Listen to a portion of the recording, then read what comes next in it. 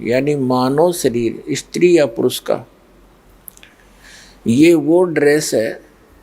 ये वो पोशाक है जो एक विद्यार्थी को प्राप्त होती है।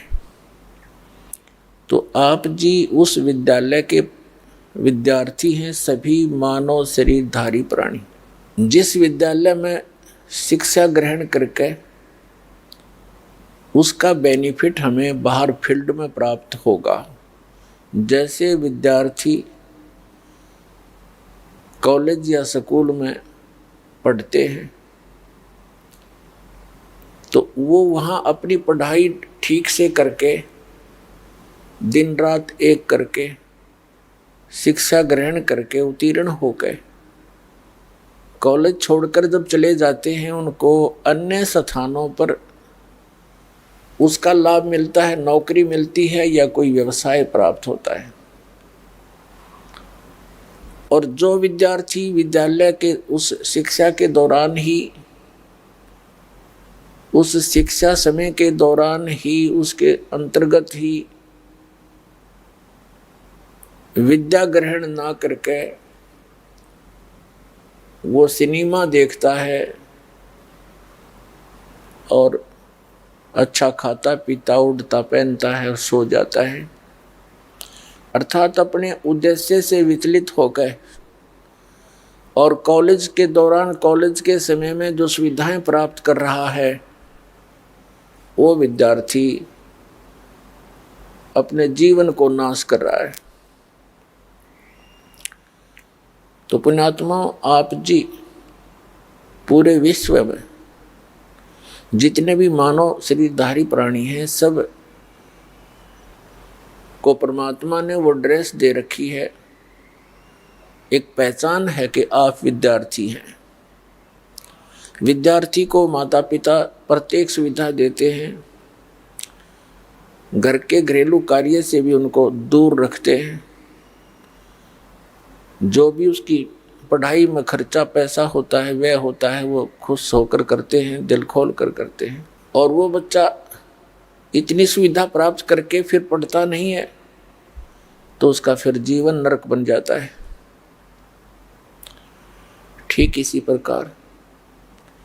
ये स्थान स्थायी नहीं है जहां आप रह रहे हो, और इस मनुष्य जीवन का उद्देश्य केवल इतना ही नहीं है जितना आप जी सत्संग प्राप्ति से पहले कर रहे हो। संतानों उत्पत्ति, उनकी परवरिश, विवाह कर देना, उनके फिर संतान की आशा लगाकर जीवन व्यतीत करना, फिर मृत्यु को प्राप्त हो जाना और अपने मनुष्य जीवन के कर्म को और कर्तव्य को पूरा जान लेना, ये हमारी तत्व ज्ञानहीनता थी। तो पुण्यात्माओं, जैसे आप यहाँ पढ़ोगे, ये शिक्षा ग्रहण करोगे, यानी परमात्मा के ज्ञान को सुनोगे, फिर जैसा भी आपको क्रियाएं बताई जाती हैं उन साधनाओं को करोगे, तो आपको इस पृथ्वी पर सुविधाएं नहीं मिलेंगी। वो इस पर जो मिलनी है वो आपको आवश्यक वो दे ही रखी है परमात्मा ने। क्यों मानव शरीर दे दिया, उसमें खान पान, सूझबूझ, सद्बुद्धि, अंग क्रियाएं सारी ऐसी दे दी जो हम अपने शरीर की सुरक्षा के लिए मकान बना सकते हैं, प्राकृतिक आपदाओं से बचने के लिए समय पर आहार कर सकते हैं, भूख लगती है तो बता के हम भोजन भी प्राप्त कर सकते हैं, प्यास लगे जब चाहे हम जल ग्रहण कर सकते हैं। तो ये हमें सद्बुद्धि दी, तो इस सद्बुद्धि का हम प्रयोग करके भक्ति करके सतलोक जा सकते हैं। ये पूरी पृथ्वी एक यूनिवर्सिटी समझो, स्कूल कॉलेज समझो, और जिसको जैसा टीचर मिला है, जिसने जहाँ की जैसी ट्रेनिंग की है, उसी ट्रेनिंग का ही वो आगे लाभ प्राप्त कर सकता है। जैसे किसी ने श्री विष्णु जी सतगुण की पूजा की है तो उसको पृथ्वी की बजाय विष्णु जी के लोक में जाकर के वो सुविधा प्राप्त होगी। जैसे फील्ड में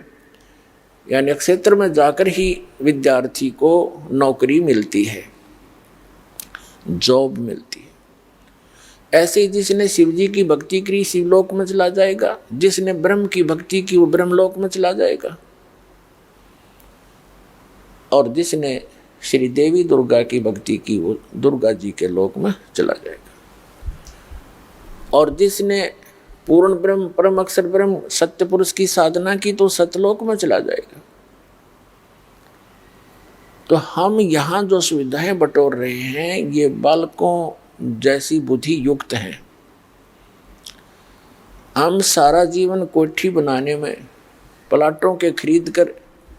साहूकार बनने में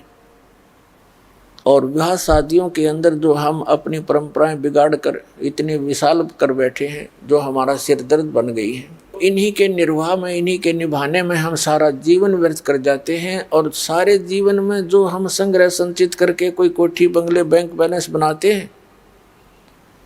वो यही रह जाते हैं और हम मुंह लटका कर जाते हैं। परमेश्वर ने स्वयं आकर के हमें ये ज्ञान दिया कि आप जी जिस प्रकार इस पृथ्वी पर रह रहे हो और जिन आशाओं को लेकर तुम जी रहे हो, ये तुम्हारी बालक बुद्धि है।